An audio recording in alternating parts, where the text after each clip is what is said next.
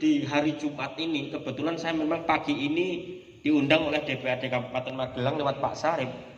Terus nanti siang saya diundang oleh DPR RI untuk mendiskusikan revisi undang-undang pembentukan peraturan perundang-undangan yang salah satu isunya itu adalah ingin memasukkan omnibus law, metode omnibus law. Dan itu nanti akan berdampak pada penyusunan perda dengan model omnibus law. Nanti akan saya sampaikan. Itu ada banyak kaitannya dengan daerah terkait dengan revisi undang-undang pembentukan peraturan perundang-undangan. Saya ada draft RUU-nya, saya ada draft NA-nya, dan kalau Bapak Ibu nanti ngersake nanti bisa saya kirimkan draft RUU-nya. Karena itu akan berdampak banyak juga terhadap kewenangan pemerintah daerah. Di sesi ini saya diberikan tema terkait dengan undang-undang CK dan kemudian dampaknya terhadap daerah, spesifiknya lagi dampaknya terhadap kewenangan Bapak Ibu dalam menyusun sekaligus membentuk perda. Saya ingin mulai mengawalinya. Oke. Next, ini belum connect. Oh ya. Baik. Klaster Omnibus Law, Bapak Ibu, ini ada banyak sekali. Ada 79 undang-undang yang terdampak dengan adanya undang-undang CK. Jadi nama undang-undangnya adalah Cipta Kerja, Omnibus itu metode penyusunannya. Dan ada 11 klaster, mulai dari penyederhanaan perizinan, persyaratan investasi, ketenaga kerjaan, sampai dengan kawasan ekonomi. Ini semuanya terdampak. Ada 11 klaster.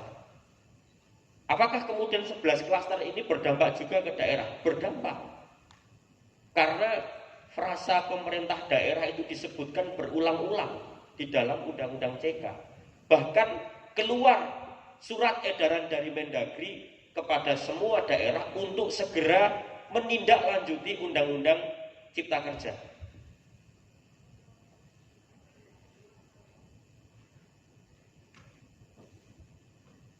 Mungkin yang dari Bapemperda pernah ada pertemuan dengan Bapemperda se-Indonesia, kemudian dengan Mendagri misalkan.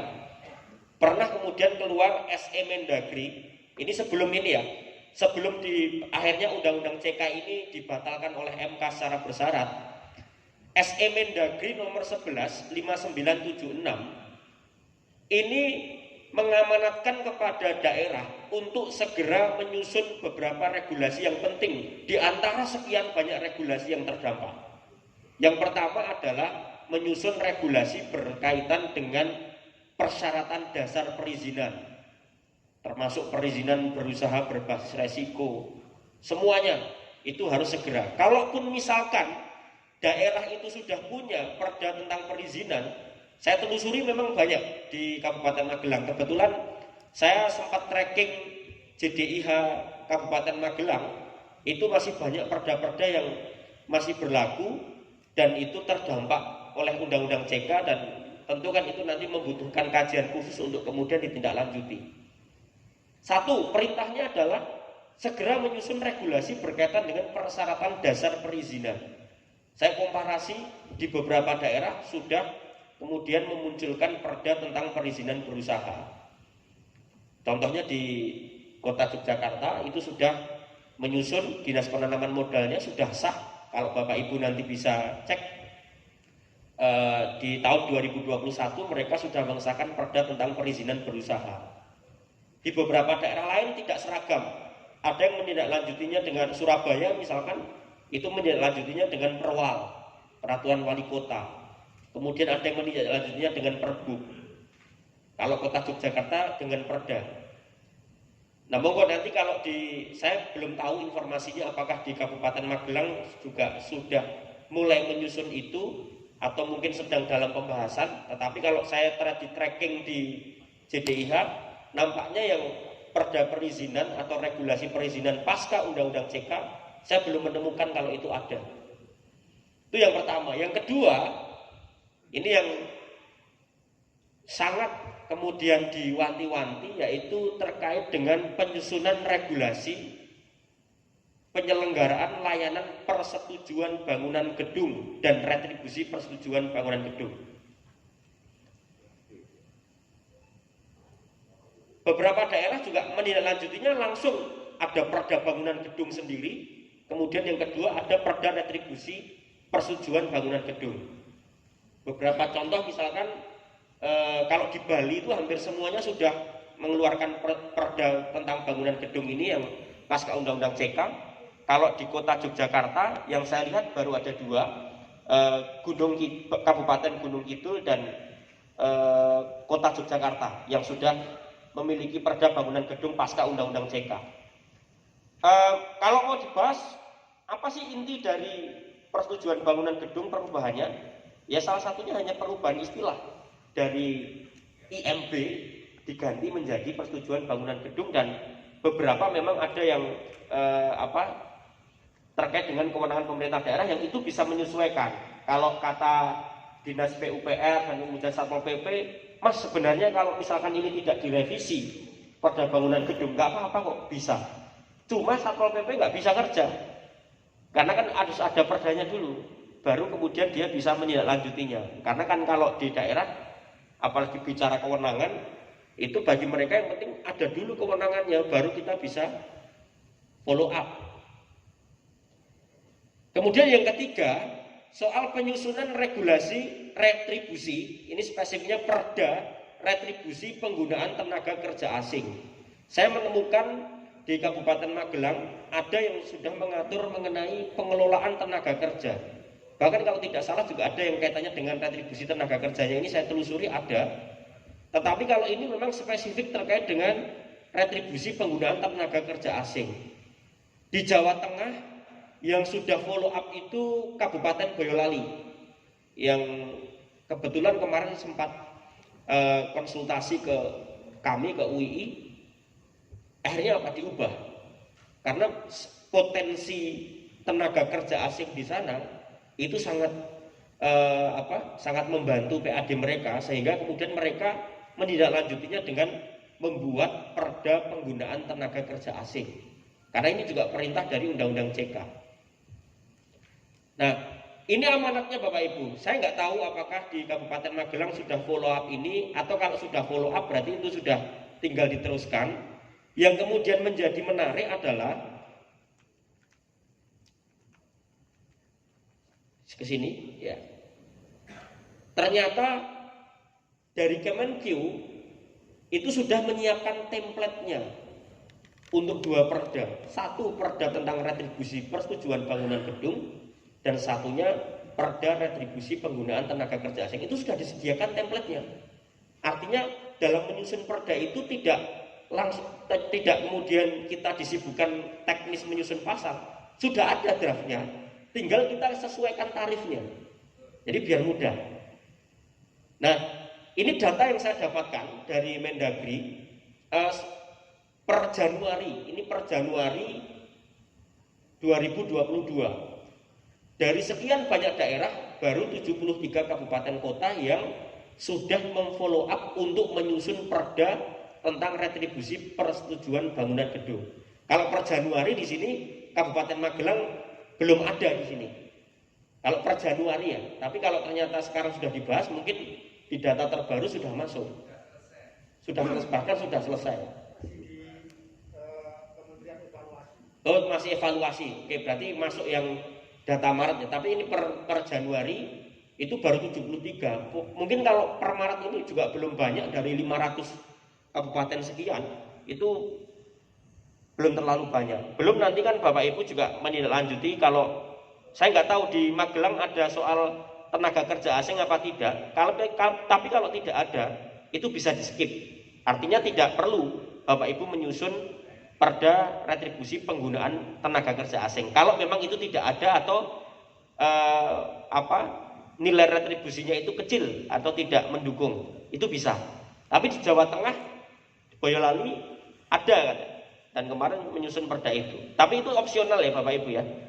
Itu opsional. Nah, belum selesai kita membaca Undang-Undang Cipta Kerja, kemudian muncul putusan MK 91 2020, yang ini keluar 25 November 2021. SE Mendagri itu sebelum November, sebelum putusan MK. Putusan MK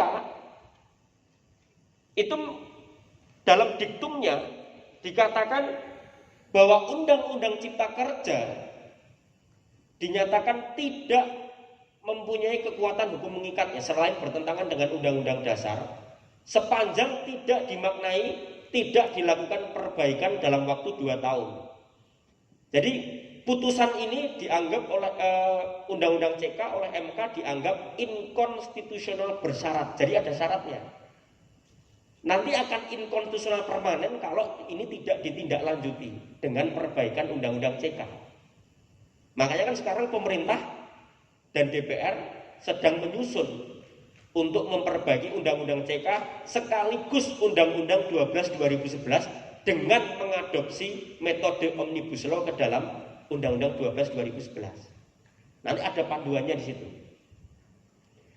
Nah, dengan adanya putusan ini, apa dampaknya bagi daerah? Kalau kita membaca diktumnya, ini ya, dalam diktumnya itu dikatakan menyatakan untuk menangguhkan segala tindakan atau kebijakan yang bersifat strategis dan berdampak luas, serta nggak boleh pemerintah itu menerbitkan peraturan pelaksana baru sebelum undang-undangnya diperbaiki.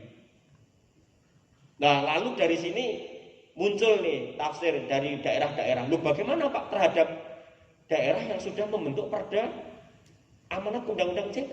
Kita mau bagaimana nih? Kalau kita mau bicara soal tidak boleh mengeluarkan kebijakan yang bersifat strategis dan berdampak luas, Undang-Undang CK itu dampaknya sangat strategis dan luas, bahkan sampai ke daerah. Nah, permasalahannya kan adalah daerah sudah menyusun perda tentang retribusi bangunan gedung, retribusi penggunaan tenaga kerja asing, bahkan menyusun perda lain yang kaitannya dengan dampak dari Undang-Undang CK. Ini nasibnya gimana? Padahal juga sudah ada yang sah. Ya, perda bangunan gedung Kota Yogyakarta sudah sah, perda perizinan juga sudah banyak yang sah. Lalu gimana ini? Bingung. Kemarin yang menarik ketika saya mengisi di DPRD Kabupaten Kapuas Hulu, itu mereka akhirnya konsultasi. Nggak tahu konsultasi kemana, katanya sih dengan akademisi di sana gitu ya. Itu dikatakan, pokoknya DPRD Kabupaten Kapuas Hulu nggak usah melakukan apapun nih setelah putusan MK ini. Artinya nggak perlu membentuk perda, nggak perlu melakukan apapun kaitannya dengan Undang-Undang CK. Lalu saya berikan informasi, apakah Bapak sudah membaca instruksi Mendagri yang baru? Belum, Pak. Ya memang kalau kita mau berbicara instruksi itu bagaimana, misalkan kedudukan instruksi bagaimana, itu jelas ya. Artinya dari kalangan fakultas hukum itu memandang dengan keluarnya instruksi itu sebenarnya nggak benar dan lain sebagainya. Tetapi apapun itu kan daerah membutuhkan kepastian. Dari putusan MK ini akhirnya apa? Mendagri mengeluarkan instruksi. Instruksinya nomor 68 tahun 2021. Ini baru ya. Jadi instruksi ini keluar setelah adanya putusan MK. Apa yang kemudian harus dilakukan oleh gubernur, bupati, dan wali kota? 1. Tetap mempedomani dan melaksanakan Undang-Undang CK. Yang kedua, nah ini yang berkaitan dengan kewenangan Bapak Ibu semua, melakukan perubahan, revisi, pencabutan, berarti kan harus ada kajian, atau melakukan penyusunan baru, perda bersama dengan DPRD sebagai tindak lanjut Undang-Undang CK. Jadi tidak hanya menyusun baru, tapi juga merevisi, mencabut. Tetapi kan itu perlu dengan kajian, apa saja yang mau kita revisi, apa yang kemudian harus dicabut. Beberapa daerah itu mengantisipasinya adalah membuat kajian khusus bagaimana dampak Undang-Undang CK terhadap status perda yang terdampak di suatu daerah. Nah, kemarin saya dapat data, saya minta ke bagian hukum Kota Yogyakarta. Ternyata setelah ditelusuri di Kota Yogyakarta dengan adanya Undang-Undang CK ini hampir ratusan Perda yang kemudian harus disesuaikan. Ada yang dicabut, disesuaikan, direvisi, bahkan kemudian baru. Nah ini Bapak Ibu ya, artinya perintah ini kemudian mengakhiri perdebatan. Ya meskipun ini kan didebatkan di Fakultas Hukum, masa sih instruksi bisa mengalahkan putusan MK, masa sih instruksi bisa mengalahkan undang-undang, kira-kira begitu perdebatannya. Tapi bagi daerah, udahlah nggak penting. Yang penting ini gimana kita ini menindaklanjuti undang-undang CK. Karena kan kita juga di bawah Mendagri. Ya ini Mendagri mengeluarkan ini. Jalan terus. Karena apa? Karena pemerintah informasinya kan memang berkomitmen untuk memperbaiki undang-undang CK. Nah kalau misalkan nanti nunggu perbaikan 2 tahun, daerah bagaimana? Bahkan kan kalau amanat di dalam SE Mendagri yang tadi, kalau daerah tidak segera menyusun perda tentang retribusi persetujuan bangunan gedung dan retribusi penggunaan tenaga kerja asing, maka daerah nggak bisa memungut retribusi di 2 sektor itu. Uangnya ke pusat, tidak ke daerah. Ada ini di dalam SE-nya. Ini ya Bapak Ibu, artinya dengan adanya instruksi ini Bapak Ibu monggo segera melakukan perubahan, pencabutan atau melakukan penyusunan perda baru. Artinya kajian sudah harus dimulai, terutama Pemperda sudah bisa memetakan mana yang kemudian menjadi produk hukum terdampak, ya tidak hanya di level perda, di level peraturan bupati pun itu juga nanti akan berdampak ke sana. Nah, ini ya, pertanyaannya adalah, ini tadi beberapa sudah saya singgung, apakah perlu tetap melakukan pemetaan kira-kira dengan putusan MK itu? Apakah perlu melakukan pemetaan? Perlu. Ini basisnya adalah instruksi Mendagri nomor 68 2021. Saya menelusuri Bapak Ibu, ada beberapa perda yang terdampak. Nah ini berdasarkan penelusuran atau tracking sementara saya yang saya lihat di dalam JDIH Kabupaten Magelang. Saya nggak tahu apakah sebagian sudah dicabut atau belum, tetapi saya mencoba menelusuri beberapa. Misalkan yang pertama Perda 9 2021, ini kan baru nih, tentang retribusi jasa usaha. Ini nanti ada dampaknya juga dengan Undang-Undang HKPD, hubungan keuangan pusat dan daerah.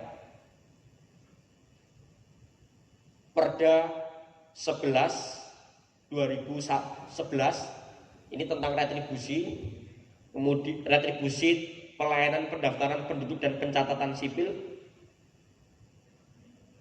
Perda 4 2004 retribusi pelayanan administrasi, kemudian Perda retribusi pelayanan rekreasi dan olahraga, retribusi jasa umum ini 2020, perizinan tertentu. Bapak Ibu, ini padahal retribusi perizinan tertentu ini sekarang sudah berubah semua. Sudah berubah semua dengan adanya Undang-Undang HKPD. Kemudian perda tentang pajak daerah itu sangat sekali terdampak. Pajak dan retribusi itu salah satu yang terdampak. Kemudian tentang perda pengelolaan air tanah dan permukaan. Pengelolaan tenaga kerjaan, di sini saya nggak tahu apakah ada isu tenaga kerja asing apa enggak, tetapi kalau saya melihat di Perda 15 2005, ini ada juga kaitannya dengan retribusi perizinan ketenaga kerjaan. Kemudian apalagi nih yang terdampak nih, 7 2005 tentang izin usaha industri, perizinan juga salah satu sektor yang banyak sekali terdampak. Pengelolaan pasar itu juga terdampak, retribusi pelayanan pasar, bangunan gedung, pajak bumi, bangunan perdesaan perkotaan, penanaman modal, izin usaha konstruksi, perlindungan dan pengelolaan lingkungan hidup, sampai dengan penyelenggaraan lalu lintas dan angkutan jalan. Ini semuanya terdampak dengan adanya Undang-Undang CK. Ini baru sementara yang baru kami telusuri ya. Di luar itu masih banyak sekali perda yang dimiliki oleh Kabupaten Magelang yang kemungkinan terdampak dengan keberadaan Undang-Undang CK. Nah, ketika Ketika kemudian daerah-daerah belum selesai membaca undang-undang CK, kemudian ada putusan MK, akhirnya apa? Undang-undang CK itu diganti lagi sebagian dengan munculnya apa? Undang-undang nomor 1 tahun 2020 tentang hubungan keuangan pemerintah pusat dan pemerintah daerah. Jadi undang-undang CK itu sebagian materinya sudah ada yang dicabut oleh undang-undang HKPD.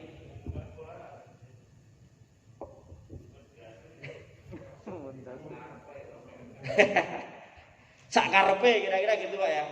Sakarepe, karepmu ya. Kita belum selesai membaca undang-undang CK yang 1000 halaman, sebagian diganti lagi dengan undang-undang KPD. Terus kita ini gimana kira-kira gitu. Dan yang bingung tidak hanya Bapak Ibu. Bahkan Purworejo kemarin juga sempat mau melakukan judicial review katanya Pak ya. Banjarnegara itu juga marah-marah karena kewenangannya ditarik banyak ini. Apalagi soal retribusi, apalagi soal penggunaan tenaga kerja asing. Nah ini yang terdampak Bapak Ibu. Mungkin saya butuh informasi Bapak Ibu dari Bapemperda. Apakah di Kabupaten Magelang mungkin sudah ada yang follow up soal yang tadi perizinan, kemudian PBG dan TKA mungkin? Oke.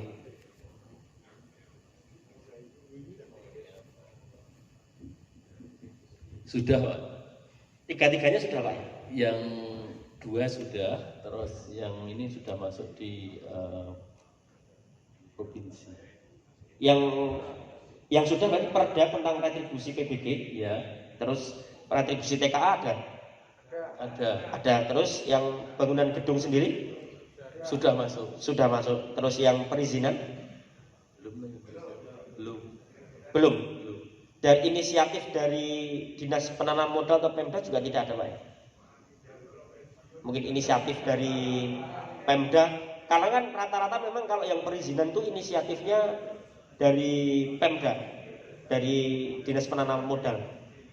Apakah ada pembahasan sampai situ? Kalau kemarin itu inisiatifnya ada, cuman karena ketubruk dengan Undang-Undang 1 2022 itu akhirnya banyak atau perda maupun perbuk yang mungkin jadi kacau. Jadi mungkin inisiatifnya ada, cuman belum dilakukan. Ya. Karena sudah masuk di itu Undang-Undang 1 2022 itu. Oke. Kalau ini Pak prosesnya sudah terbit ininya, perdanya yang tadi yang bangunan gedung, retribusi bangunan gedung sama yang TKA. Masih sampai mana prosesnya? Kementerian. Jadi kemarin tahun 2022 itu sudah dibahas. Terus sampai hari ini itu masih ada di kementerian, belum jalan. Oh, belum jalan. Iya. Berarti dari baik perda retribusi TKA, bangunan gedung sama retribusi masih evaluasi Pak ya? Iya. Evaluasi. Baik. Dan ini enggak Pak, sempat sejak kapan itu evaluasinya? Waktunya. Sejak kapan diajukan? Yang jelas itu mungkin kalau kita schedule-nya itu kemarin itu kan evaluasinya di 2 bulan yang lalu. Masa sidang pertama itu sudah evaluasi karena kita menyelesaikan itu di akhir. Oke, artinya masih berproses Pak ya? Iya, jadi masih diproses, dievaluasi di kementerian itu. Oke, baik. Terima kasih informasinya. Ternyata juga di Kabupaten Magelang ada terkait dengan isu retribusi penggunaan tenaga kerja asing. Yang itu sebenarnya juga template-nya sudah ada, tinggal menyesuaikan tarif. Oke, ini Bapak Ibu ya, artinya sekali lagi ini beberapa perda terdampak yang sempat saya petakan terkait dengan keberadaan Undang-Undang CK. Nanti saya sedikit akan menyinggung mengenai Undang-Undang HKPD ya, terakhir. Mungkin sebelum saya lanjutkan ada sesi diskusi atau pertanyaan dulu mungkin. Boleh kalau ada yang mau menyampaikan. Ya. Ya, terima kasih. Assalamualaikum warahmatullahi wabarakatuh. Waalaikumsalam. Untuk perda perizinan ini sementara permasalahan yang pernah terjadi ini, yang di Kabupaten Magelang. Sekarang semuanya harus lewat aplikasi OSS. Mau tidak mau setelah itu masuk OSS ini mendapatkan satu jawaban positif, daerah mau tidak mau bupati harus istilahnya menandatangani bahwa perizinan itu sudah bisa diterima. Nah, hanya saja Kementerian ATR ini keterkaitan dengan perizinan ini masih bertentangan. Yang pertama menggunakan Permen 27 kalau tidak salah, di daerah menggunakan 24 ini. Nah, sehingga daerah tidak bisa berbuat apa-apa. Contoh saja, sebetulnya termasuk kami ini kepingin jadi warga negara yang baik gitu. Proses mengajukan perizinan sangat sulit karena berbagai aturan yang memang sampai sekarang belum bisa dilakukan oleh Kabupaten Magelang. Misalnya dengan adanya Perpres 58 yang mengatur kawasan Borobudur, Perpres 70 yang mengatur kawasan Merapi. Ini di dalam rangka terutama di dalam bentukan RT RW-nya itu saja, itu dipaksakan itu harus masuk. Nah, setiap mengajukan perizinan, sebagai contoh saja, keterkaitan dengan masalah jalan tol. Jalan tol yang melewati wilayah Kabupaten Magelang, terutama yang berdampak di Palbabang itu, sampai sekarang oleh UNESCO ditolak gitu. Karena akan melewati cagar budaya dan sebagainya. Ini yang terjadi, sehingga masyarakat ini capek kan, capek. Maka banyak terjadi sebuah pelanggaran, Satpol PP mau bertindak tidak bisa apa-apa. Daripada kesuwen berkait dengan masalah perut, guys, tak lakoni kan, bahasanya seperti itu. Nah, ini justru keterkaitan dengan Omnibus Law yang menjadi kacau ini gitu. Maka solusi-solusi yang perlu diberikan kepada kami, apalagi dampaknya keterkaitan dengan bagaimana tadi APBD dan sebagainya, PAD dan sebagainya, ini yang menjadi satu permasalahan ada di Kabupaten Magelang. Saya kira terima kasih. Baik, kami tampung dulu. Ada lagi Bapak Ibu? Silakan ya. Terima kasih Pak. Sekedar ini menanyakan, jadi ketika Mahkamah Konstitusi itu memberikan waktu 2 tahun untuk penyelesaian perda yang di bawahnya, ini kami berpikir ketika nanti 2 tahun itu tidak tercapai, misalnya seperti itu, kan berarti kan kita masih akan kembali ke undang-undang yang lama. Nah, kalau kita undang-undang yang lama kembali ke sana, berarti produk undang-undang yang dibawahkan untuk selarasnya tadi itu kan berarti banyak kekacauan di situ, Pak. Nah, mungkin tips apa agar kami yang di daerah itu bisa menyesuaikan tentang undang-undang yang di atasnya tadi. Ini tentunya bagaimana? Mungkin karena ini nanti akan kacau seperti itu nanti Pak. Kalau misalnya tadi belum lagi nanti yang penyesuaian dengan Undang-Undang 1 tahun 2022. Itu saja dulu Pak. Baik, ada lagi Bapak Ibu?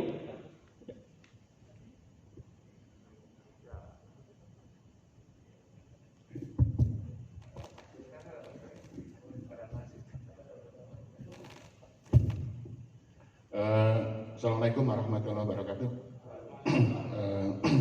Pak Alan yang saya hormati, mungkin ada beberapa hal yang minta penjelasan. Yang pertama, memang munculnya Undang-Undang 11 tahun 2020 tentang Cipta Kerja itu bagi daerah ini kan menjadi persoalan artinya euforianya itu tidak seperti yang diharapkan oleh pusat, sehingga kalau mungkin saya menyampaikan kalau boleh melakukan analisis SWOT, misalnya berbicara tentang strength, kekuatan hanya dilihat dari bahwa munculnya Undang-Undang Cipta Kerja ini dalam konteks lebih berpihak pada korporasi, Pak. Mempermudah korporasi untuk mendirikan badan usaha maupun kaitannya dengan perusahaan, termasuk di dalamnya juga ada peningkatan untuk investasi. Tapi di satu sisi kalau berbicara tentang weakness-nya Pak, dari sisi kelemahan mungkin bahwa Undang-Undang Cipta Kerja itu dinilai merugikan nelayan, buruh, termasuk juga masyarakat lain. Dan justru yang tidak kalah menariknya adalah melahirkan hiperregulasi semu, Pak. Jadi banyak regulasi yang semu. Nah, ini kan kalau di daerah ini disibukkan bahwa kalau dihubungkan dengan tapi ketika dihubungkan dengan Undang-Undang 12 tahun 2011 tentang pembentukan peraturan perundang-undangan, terutama ketika di daerah ada konsekuensi untuk membuat perda. Materi membuat perda itu seharusnya saya tangkap ini kan yang paling dominan saat ini karena perintah peraturan perundang-undangan yang lebih tinggi. Namun ketika untuk ada salah satu hal materi perda yang terabaikan itu adalah menampung kondisi khusus daerah. Ini yang harusnya tidak semata-mata daerah ini melihat posisinya hanya tunduk dengan regulasi atas untuk ada akselerasi percepatan pembuatan peraturan perundang-undangan yang ada di atasnya. Nah ini menurut kacamata Pak Alan seperti apa? Terlebih lagi nanti ketika kita mengimplementasikan dalam bentuk perda, membahas ada konsensus dengan teman-teman eksekutif, ini kan ketika berbicara perda ini sebenarnya berdampak pada kaitannya misalnya pertumbuhan ekonomi, kaitannya juga berdampak pada pengurangan kemiskinan, pengurangan pengangguran. Bagaimana dimensi atau ukuran ini untuk dijadikan alat sebagai salah satu bentuk keberhasilan, Pak, ketika dihubungkan dengan ini. Karena sebagus apapun, sebanyak apapun perda, tapi hanya berbicara tentang kuantitatif atau berbicara tentang jumlah, tidak mengabaikan kualitasnya atau tidak implementatif, ini kan sama saja hanya menambahi beban, artinya hanya dalam konteks anggaran saja, tapi tidak berdampak pada masyarakat. Ini yang pertama. Terus yang kedua, Pak, kami di daerah ini sebenarnya kalau boleh curhat, Pak Alan, tidak perlu banyak membuat perda-perda yang artinya terlalu banyak lah. Karena kami punya problem, Pak, tidak adanya Undang-Undang Cipta Kerja saja di Kabupaten Magelang taruhlah banyak perda yang umur atau durasinya itu sudah 5 tahunan tapi tidak bisa dilaksanakan.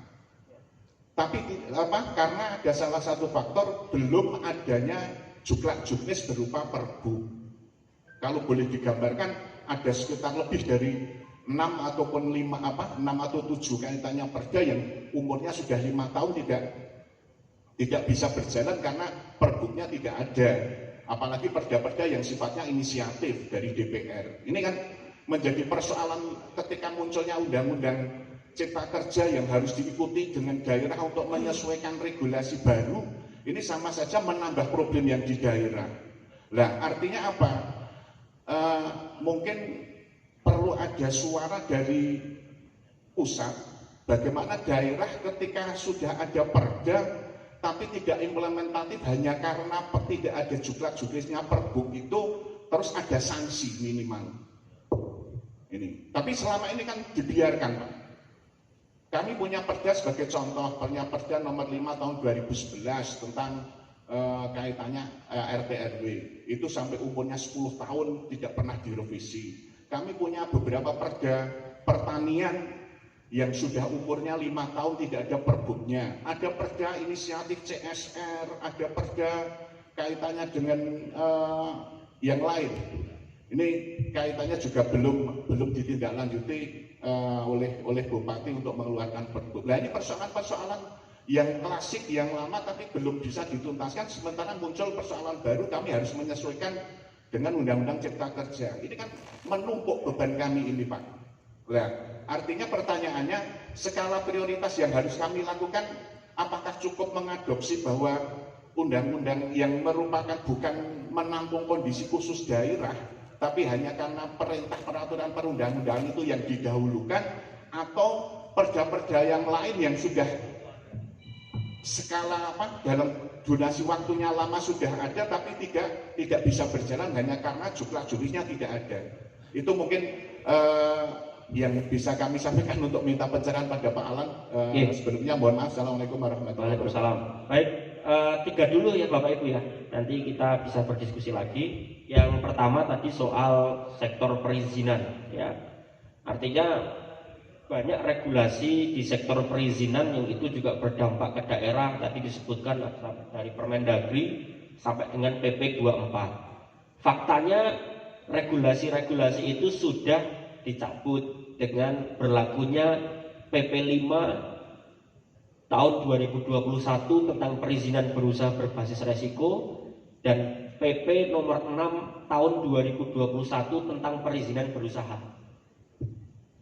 Artinya regulasi terbaru di sektor perizinan itu mengacunya ke 2 PP itu, PP 5 dan PP 6 2021 ditambah dengan peraturan BKPM dari mulai nomor 1 sampai nomor 5. Apakah kemudian dalam perizinan berusaha itu ada dampaknya ke daerah? Ada, meskipun sebenarnya sektor perizinannya itu melalui OSS, tapi ada. Nah, saya sudah memetakan Bapak Ibu, saya pernah memetakan dan saya membaca PP 5 dan PP 6 itu sampai selesai. Nah, ada banyak dampak kepada daerah. Yang pertama, ada perubahan kewenangan dari Dinas Penanaman Modal.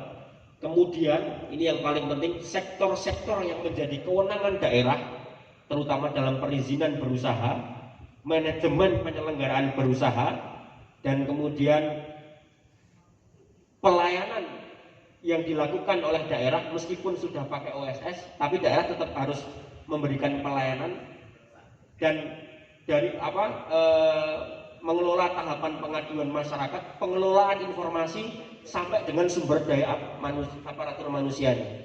Artinya yang ingin saya tegaskan di sektor perizinan itu regulasinya yang terakhir pakai PP 5 dan PP 6, dan itu memang dampaknya ada terhadap daerah meskipun perizinannya semua menggunakan OSS.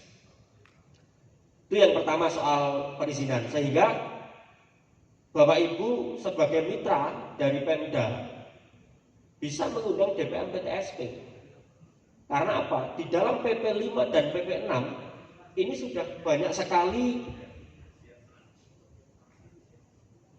isu-isu perizinan yang dimasukkan, terutama yang menjadi sektor kewenangan daerah.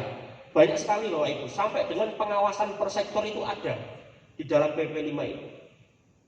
Nah, sehingga daerah tidak perlu menyusun sektor-sektornya lagi, cukup menyusun pengawasannya itu bagaimana, pelayanannya bagaimana. Tapi kalau semua sektornya itu sudah ada di dalam PP 5 dan PP 6. Itu ya Pak, untuk yang perizinan berusaha.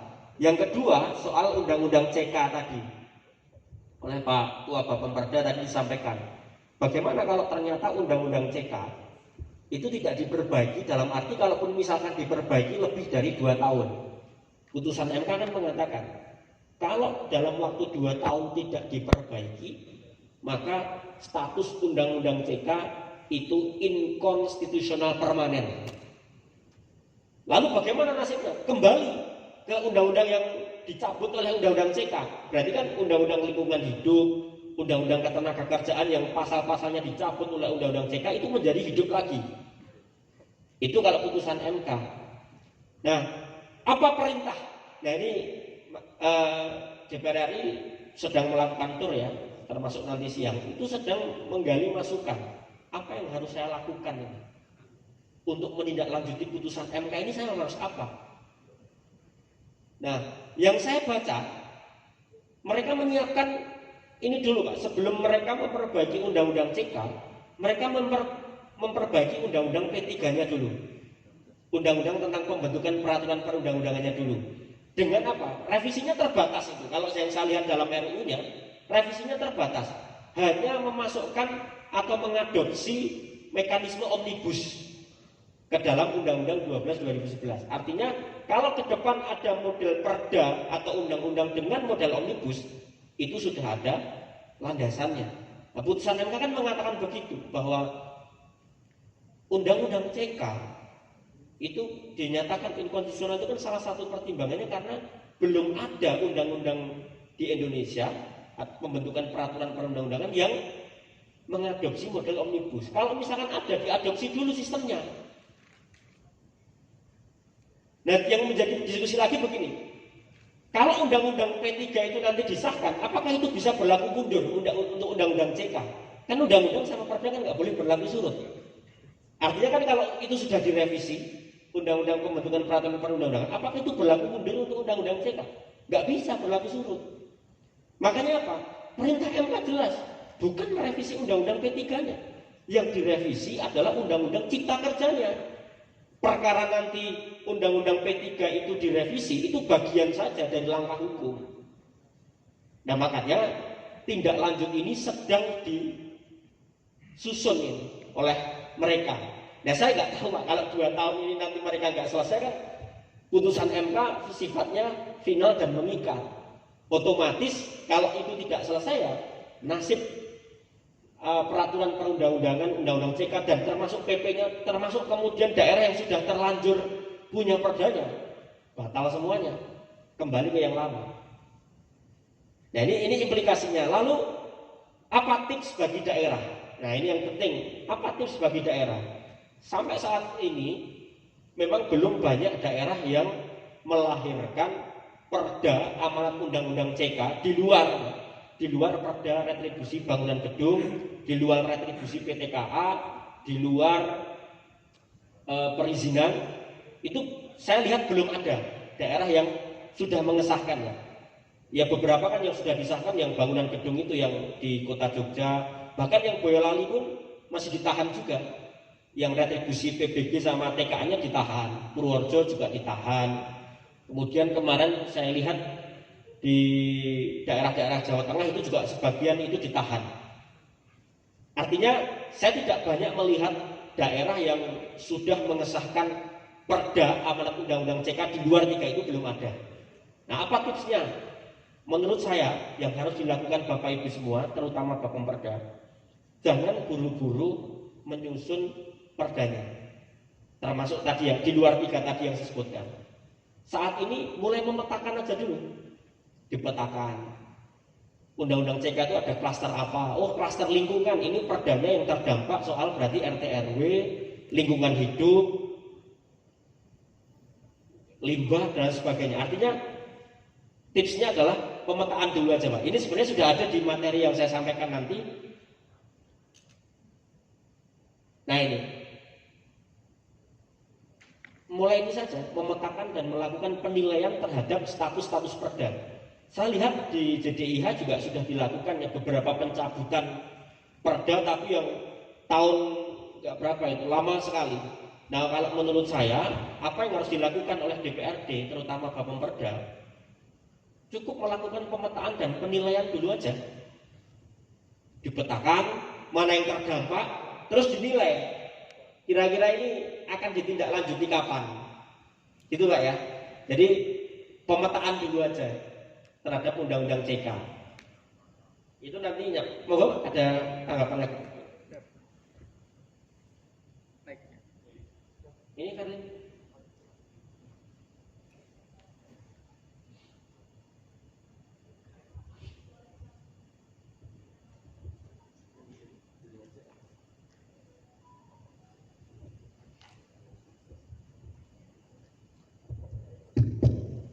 terima kasih.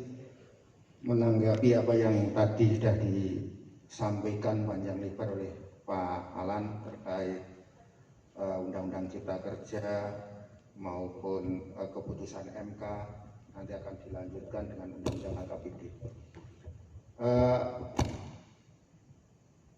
Daerah tentunya sangat dirugikan, Pak. Kalau tadi yang disampaikan bahwa ini jangan dulu untuk tindak lanjuti membuat peraturan daerah. Petakan dulu, inventarisir dulu yang mana perda-perda yang tidak sesuai dengan Undang-Undang Cipta Kerja. Kalau yang terkait perda, Pak, perda terutama retribusi.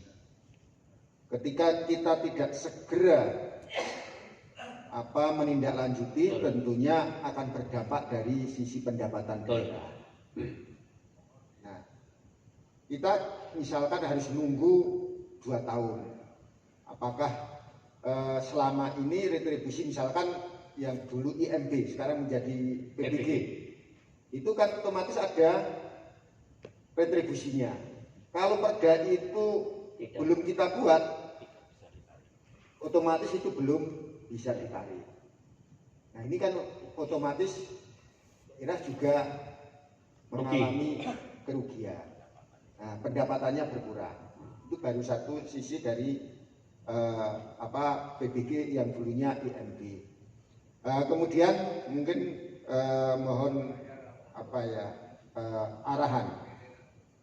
Ketika kami harus menyesuaikan perda-perda yang tadi diinventarisir, ada sekitar 21 perda sementara dan kemarin juga hampir sama inventarisir dari Bapemperda dan Bagian Hukum.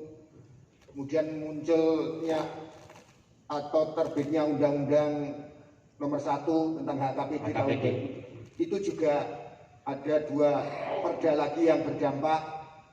Kemudian ada peraturan daerah, itu sekitar 22 peraturan daerah yang berdampak. Nah, di keputusan MK kan disampaikan juga pemerintah pusat tidak boleh melakukan atau menerbitkan peraturan pelaksana. Nah, padahal ketika kita akan menunggu itu, kita misalkan daerah atas instruksi atau surat edaran dari Kementerian Dalam Negeri harus kita segera menindaklanjuti. Kemudian ada PP nanti yang muncul setelah 2 tahun itu dan perda kita yang sudah kita bahas itu tidak sesuai, otomatis ini akan mengulang kembali. Ya, pasti akan balik lagi. Karena pasti konsiderannya juga akan mengambil dari PP itu yang mungkin barangkali yang sekarang belum diterbitkan. Nah, ini mohon arahan untuk daerah seperti apa ketika menindaklanjuti. Kita juga jangan sampai nanti kita daerah pendapatannya tidak terlalu turun dari baik pajak maupun retribusi, karena saat sekarang ini juga transfer dari pemerintah pusat ke pemerintah daerah mengalami penurunan. Di satu sisi untuk kita akan menggenjot pendapatan asli daerah, ada regulasi-regulasi yang belum selesai. Nah, ini mungkin mohon penjelasan. Terima kasih. Baik. Khusus mengenai tadi yang dibahas soal retribusi persetujuan bangunan gedung dan tenaga kerja asing, ini memang tadi yang seperti saya sampaikan, ini kan ada SK-nya dan itu diutamakan. Nah, daerah-daerah memang sudah banyak yang menyusun ini. Dan salah satu ketentuannya kan di dalam SE itu, kalau daerah nggak segera menyusun, maka tidak ada retribusi yang masuk ke daerah. Artinya ditarik ke pusat, seperti yang tadi saya sampaikan. Nah, saya menuntut begini Bapak Ibu, di luar khusus 3 ini, nggak apa-apa, jalan aja dulu. Khusus 3 ini ya, seperti yang tadi saya sampaikan. Karena kan ini sebenarnya semata-mata hanya untuk daerah itu bisa memungut retribusi. Tapi Bapak Ibu, yang tadi saya sampaikan, di luar isu 3 ini, ada banyak produk yang terdampak juga.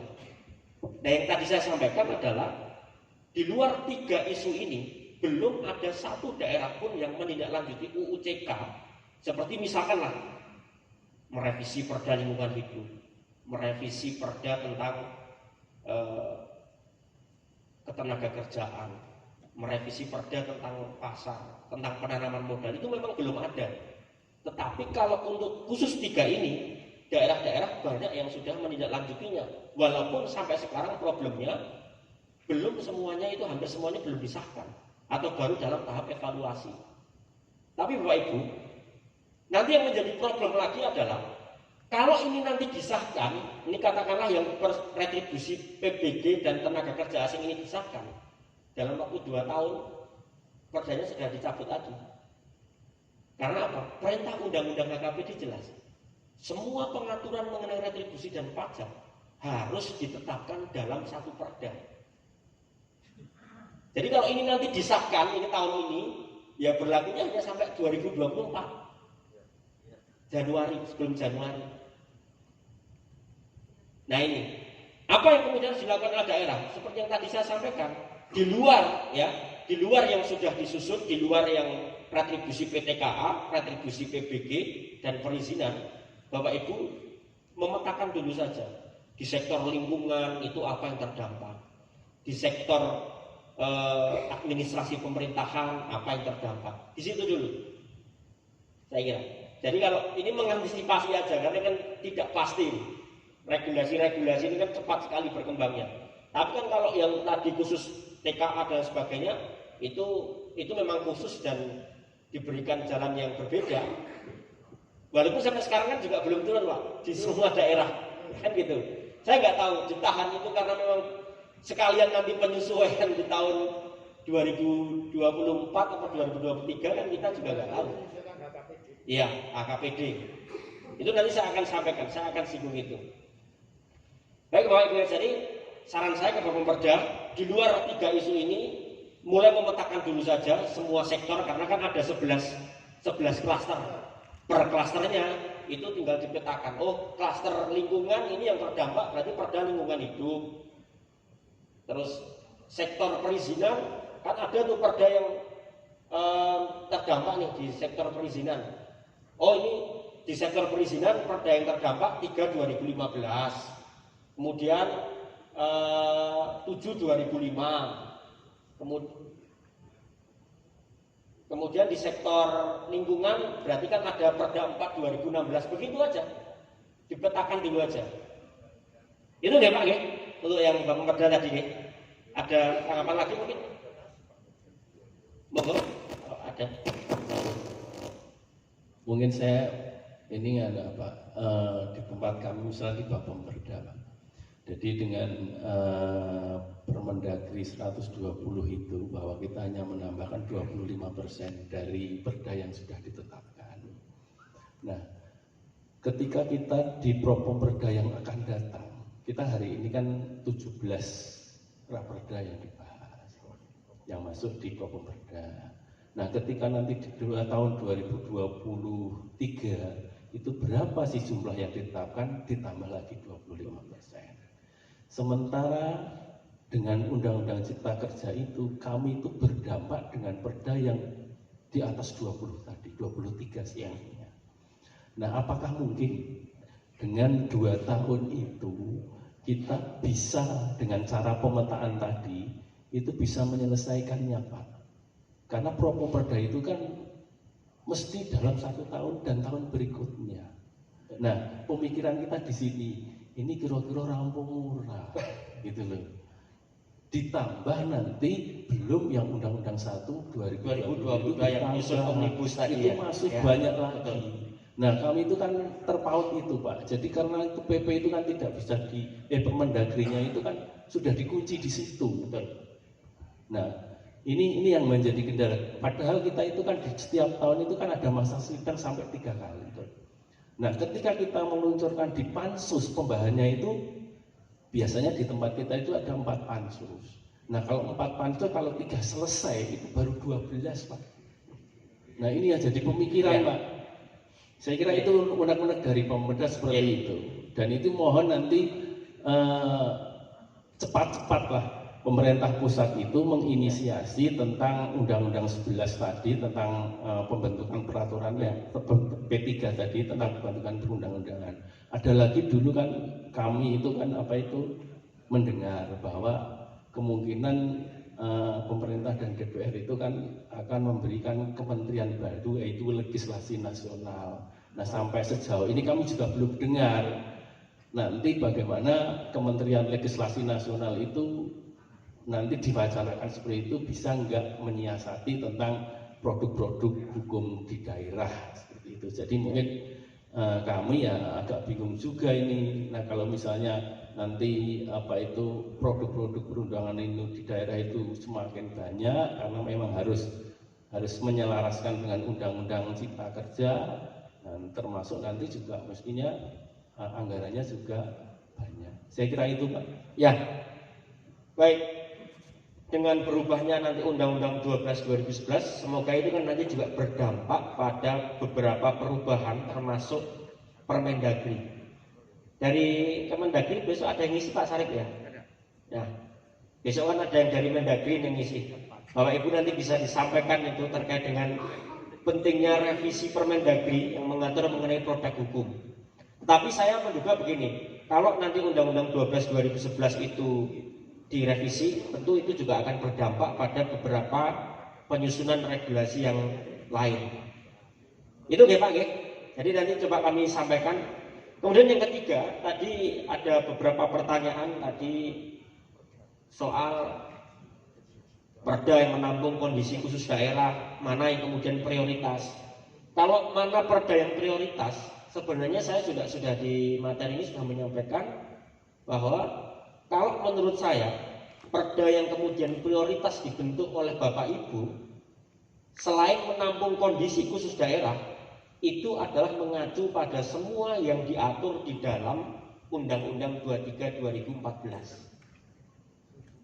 Di sana kan sektornya banyak, mulai pendidikan, kesehatan, PU, PR, perumahan rakyat, ketertiban umum, perlindungan masyarakat, dan sosial.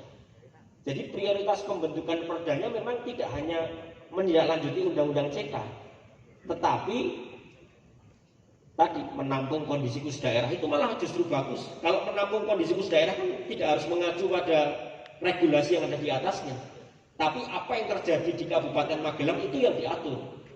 Contoh misalkan ada perda tata nilai, perda pendidikan karakter misalkan. Nah itu bisa Pak, artinya di luar Undang-Undang CK ada banyak isu lain yang bisa kemudian untuk ditindaklanjuti. Salah satunya tadi menampung kondisi khusus daerah, bahkan juga untuk melaksanakan otonomi daerah, itu juga bisa. Yang basisnya itu adalah Undang-Undang 23 2014. Yang pertama. Yang kedua terkait dengan tadi saya mencatat soal Undang-Undang CK ini ada sisi positif dan negatif. Misalkan positifnya itu soal investasi, tetapi kelemahannya itu merugikan daerah karena terlalu banyak peraturan delegasi. Ini sekedar sharing saja Bapak Ibu. Metode penyusunan regulasi dengan metode omnibus itu kan semangatnya adalah untuk menyederhanakan regulasi. Jadi mengubah suatu peraturan, mengubah banyak peraturan hanya dengan satu peraturan, itu omnibus. Jadi satu peraturan itu mencabut beberapa regulasi, dan tujuan dari omnibus itu kan menyederhanakan regulasi. Tetapi yang menjadi problem adalah di Indonesia, terutama di daerah, muncul apa yang disebut hiperregulasi atau terlalu banyak regulasi, banyak peraturan delegasi. Nah, ini yang nanti akan diusulkan, yang akan menjadi pembahasan ketika merevisi Undang-Undang Pembentukan Peraturan Perundang-undangan. Syarat bahwa mengadopsi metode omnibus itu syaratnya tidak boleh di dalamnya memberikan banyak peraturan delegasi. Nah itu yang nanti akan menjadi pembahasan. Nah terkait dengan tadi soal perda yang terlalu banyak, makanya tadi saya sampaikan, tadi malah ada perda RT RW 10 tahun tidak direview, padahal kan kalau RT RW setiap 3 tahun kan harus dipantau perda RT RW, tapi kalau 10 tahun ini tidak ada pemantauan atau revisi, Tentu ini menjadi salah satu catatan. Bahkan begini Bapak Ibu, tidak hanya di Kabupaten Magelang yang punya perda, tapi nggak punya perbuknya. Bahkan juga ada perda yang memunculkan perbuk tapi perbuknya nggak jalan atau berbeda maknanya dengan perda. Itu banyak sekali memang. Dan itu tidak hanya terjadi di Kabupaten Magelang. Ada perda, ada perbuknya, tapi perbuknya nggak jalan atau bertentangan dengan perdanya. Atau ada perdanya memerintahkan ke perbuk, tapi perbuknya belum ada sampai perda itu 5-4 tahun. Itu tidak hanya di Kabupaten Magelang, di daerah manapun itu terjadi. Makanya kan kemudian itu soal strategi. Di beberapa DPRD, strateginya itu kalau bisa selesai di dalam perda. Tidak terlalu banyak delegasi, kira-kira gitu. Kalaupun misalkan itu ada delegasi, ya berarti nanti peraturan delegasi, peraturan bupatinya harus dikoordinasikan dengan DPRD sejak penyusunannya. Nah masalahnya adalah pintu untuk menyusun peraturan bupati itu kan dari eksekutif. Kadang tidak diskusi dengan DPRD, tiba-tiba jalan begitu saja. Nah ini Bapak Ibu, ini soal strategi saja. Pilihannya satu strateginya. Kalau nanti menyusun perda, usahakan tidak terlalu banyak mengatur mengenai ketentuan lebih lanjut diatur dengan perbuk. Kalau bisa selesai perda, selesai. Bisa di situ. Yang kedua, kalaupun misalkan nanti ada, nah ini ya, kalaupun nanti ada yang akan didelegasikan ke perbuk, harus dengan catatan pembuatan perbuk itu harus mengajak DPRD untuk membahasnya. Karena apa? Karena perdanya sudah dibahas bersama, masa peraturan bupatinya tidak diajak? Minimal kan meminta saran. Atau saran yang ketiga, kalaupun tetap akan didelegasikan lagi, usahakan yang didelegasikan yang ya tidak terlalu penting lah. Semua hal-hal penting itu cukup di dalam perda, yang teknis-teknis yang nggak terlalu penting itu nanti di level perbuknya. Itu Pak soal beberapa pilihan strategi yang nanti bisa dilakukan. Yang paling penting ya tadi itu kalau menurut saya, apalagi kan Bapak Ibu kalau dalam 23 2014 jelas bahwa DPRD tidak hanya melakukan pengawasan terhadap perda, tetapi juga terhadap peraturan kepala daerah. Artinya kan peraturan kepala daerahnya juga tetap harus dipantau. Makanya tadi saya sampaikan, tugas Bapemperda setelah ini juga memang banyak sekali. Tidak hanya memetakan perda, tapi juga peraturan bupatinya itu juga dipetakan. Dan jumlah peraturan bupati lebih banyak tentunya daripada perdanya. Tadi saya mau tracking peraturan bupatinya itu, wah banyak sekali. Sementara saya tak tracking perdanya dulu aja deh. Hanya perdanya saya nemu sekitar 20-an. Perbuknya kalau saya tracking lagi mungkin lebih banyak di JDIH Kabupaten Magelang. Tadi kalau saya lihat memang kurang urut ya tadi dari tahunnya, sehingga agak susah tadi saya membacanya. Baik Bapak Ibu, selanjutnya saya akan menyampaikan ini yang terakhir terkait dengan tadi yang saya sampaikan soal Undang-Undang HKPD. Jadi selain perda yang terdampak yang saya sempat tracking ada 20-an, belum nanti ini sementara ya, artinya masih banyak lagi, ada peraturan bupatinya. Dan apa yang kemudian harus dilakukan, tentu tetap prioritas pembentukan perda, acuannya Undang-Undang 23 2014. Ini Bapak Ibu nanti bisa melakukan evaluasi arah pembentukan perda, evaluasi implementasinya. Ini saya kira kalau yang implementasi sudah dilakukan ya oleh DPRD Kabupaten Magelang. Beberapa kajian saya lihat juga sudah ada. Kemudian evaluasi peraturan pelaksana perda, ini peraturan bupati. Ya tadi soal Undang-Undang CK yang paling mendesak adalah Bapak Ibu memetakan dan sekaligus melakukan penilaian sebelum nanti melakukan revisi, karena memang banyak sekali. Sehingga hasil evaluasinya itu ya nanti apakah ini akan dicabut, apakah akan dirubah, atau nanti menyusun ulang perdanya. Nah ini terakhir yang ingin saya sampaikan soal Undang-Undang HKPD. Jadi Undang-Undang HKPD itu mengubah sebagian isi dari Undang-Undang CK khususnya dalam sektor pajak dan retribusi. Sekarang kalau Bapak Ibu menyusun regulasi atau kebijakan yang berkaitan dengan pajak dan retribusi, acuannya tidak lagi Undang-Undang PDRD atau Undang-Undang CK, karena dua undang-undang itu sudah dicabut oleh Undang-Undang HKPD. Ya, jadi kebijakan-kebijakan mengenai pajak dan retribusi acuannya hanya satu, Undang-Undang HKPD beserta peraturan turunannya yang ini belum muncul. Nah, Undang-Undang PDRD ini sudah nggak berlaku, sudah dicabut. Undang-Undang CK sebagian juga sudah dicabut dengan Undang-Undang HKPD. Nah, pasal 187 Undang-Undang HKPD itu mengatur bahwa perda mengenai pajak dan retribusi yang disusun berdasarkan Undang-Undang 28 2009 tentang PDRD itu masih tetap berlaku paling lama 2 tahun. Artinya Bapak Ibu, kemarin kayak perda retribusi yang disahkan 2020 dan 2021 itu tetap berlaku. Jadi dengan munculnya Undang-Undang HKPD tidak kemudian otomatis perdanya nggak berlaku, masih berlaku, diberikan masa berlaku, tapi paling lama maksimal 2 tahun. Sejak tanggal diundangkannya undang-undang ini, berarti Januari 2022. Jadi perda retribusi pajak yang disahkan tahun kemarin itu dianggap masih berlaku maksimal 2 tahun. Maksimal. Pasal 94 Undang-Undang HKPD itu mengatur, ini yang tadi saya katakan, mungkin ini akan menjadi perda yang bisa paling tebal yang disusun oleh Bapak Ibu, karena perda ini menggabungkan semua sektor. Contoh, di pasal 94 itu diatur bahwa mulai dari jenis pajak sampai saat terutang, tarif, ditegaskan untuk seluruh jenis pajak dan retribusi ditetapkan dalam satu perda yang itu menjadi dasar pemungutan pajak dan retribusi di daerah. Ada yang memaknainya dua. Satu, oh berarti nanti perdanya namanya perda pajak dan retribusi umum. Nah nanti di dalamnya mulai pajak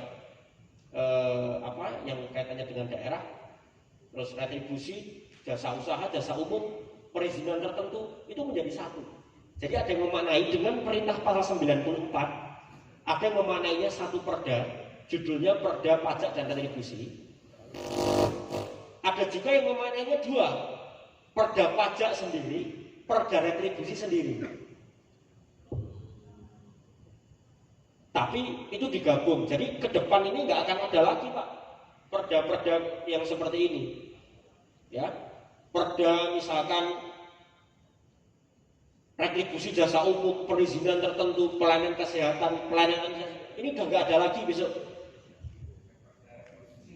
Jadi satu perda itu besok yang disusun oleh Bapak Ibu mencabut semua perda yang mengatur mengenai pajak dan retribusi. Jadi semua semua peraturan daerah yang dimiliki oleh Kabupaten Magelang yang mengatur pajak dan retribusi itu nanti dicabut dengan penyusunan perda omnibus di sektor pajak dan retribusi. Jadi nanti namanya opsinya banyak yang bermunculan, perda pajak dan retribusi daerah, perda pajak daerah, perda retribusi daerah, di dalamnya mengatur banyak sekali. Makanya saya katakan ini mungkin akan menjadi perda yang cukup tebal dan pembahasannya lama karena semua sektor masuk di sini. Nah Bapak Ibu diberikan kesempatan juga 2 tahun untuk menyiapkan ini, dan problemnya tadi soal pokok perda rata-rata. Loh ini kapan ini kira-kira akan dimasukkan ke dalam pokok perda ya? Ketika misalkan Undang-Undang HKPD itu memerintahkan sejak Januari, sedangkan pokok perda itu kan nggak bisa ujuk-ujuk ini, diusulkan dulu, dibahas dulu, diparipurnakan dan lain sebagainya. Dan problemnya begini Bapak Ibu, yang satu lagi yang menjadi problem adalah daerah juga dengan perintah pasal 94 Undang-Undang HKPD juga tidak otomatis, kalaupun Properda memungkinkan, kalaupun ya, itu juga tidak otomatis langsung bisa segera menyusun. Kenapa? Karena hampir semuanya yang teknis berkaitan dengan daerah itu juga didelegasikan kepada peraturan pemerintah. Dan peraturan pemerintah pelaksana undang-undang HKPD itu juga diberikan jangkanya 2 tahun, sampai saat ini belum muncul peraturan pemerintahnya. Makanya kemudian ini kalau peraturan pemerintahnya keluar tahun depan, gimana kita bisa melakukan memperbaiki? Diskusinya begitu kemarin. Nah ini Bapak Ibu, artinya Bapak Ibu ke depan ya, yang pasti di Kabupaten Magelang terutama tidak akan lagi memiliki perda retribusi per sektor, itu tidak ada lagi, semua digabung. Begitupun yang pajak juga digabung. Dan kalau Bapak Ibu nanti membaca supaya ada sesi khusus, kalau membaca detail undang-undang KPD, banyak kewenangan daerah yang berkurang dalam memungut retribusi. Pajaknya disederhanakan lagi, pajak hotel, restoran itu sudah tidak ada, tapi adanya jasa, gitu ya, jasa. Dan itu nanti ada perubahannya Bapak Ibu.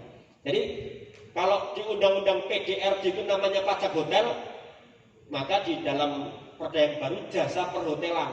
Jadi lebih luas, villa, bungalow, rumah yang disewakan untuk warga, itu juga kena pajak nanti, tidak hanya hotel. Restoran, kalau restoran namanya ini jasa makanan dan minuman. Kenapa? Jadi dulu kalau namanya pajak restoran, sekarang makanan dan minuman, dan itu pengertiannya luas.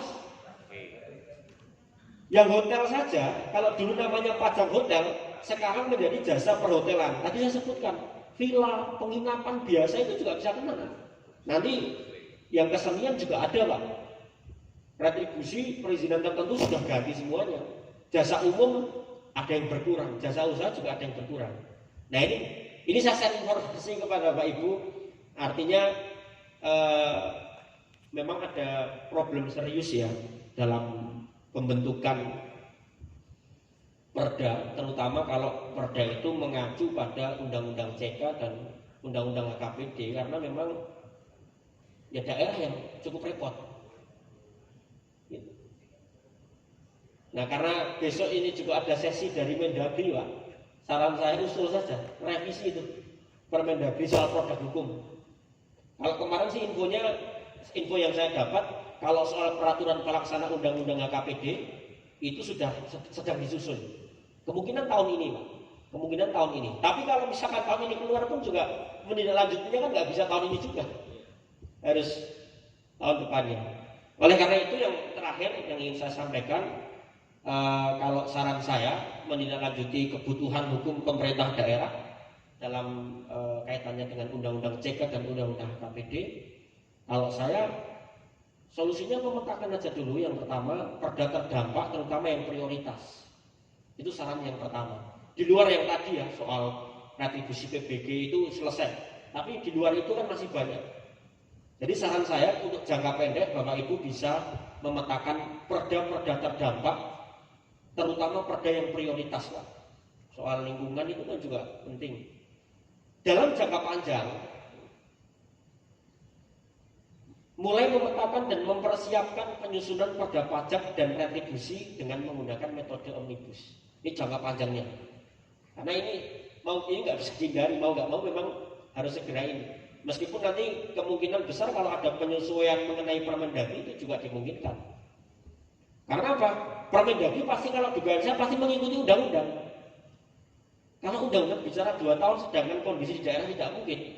Bisa jadi Permendagrinya itu kan yang direvisi. Apalagi kalau saya melihat Permendagrinya kan juga sudah direvisi beberapa kali Pak. Yang terakhir yang 120 ya.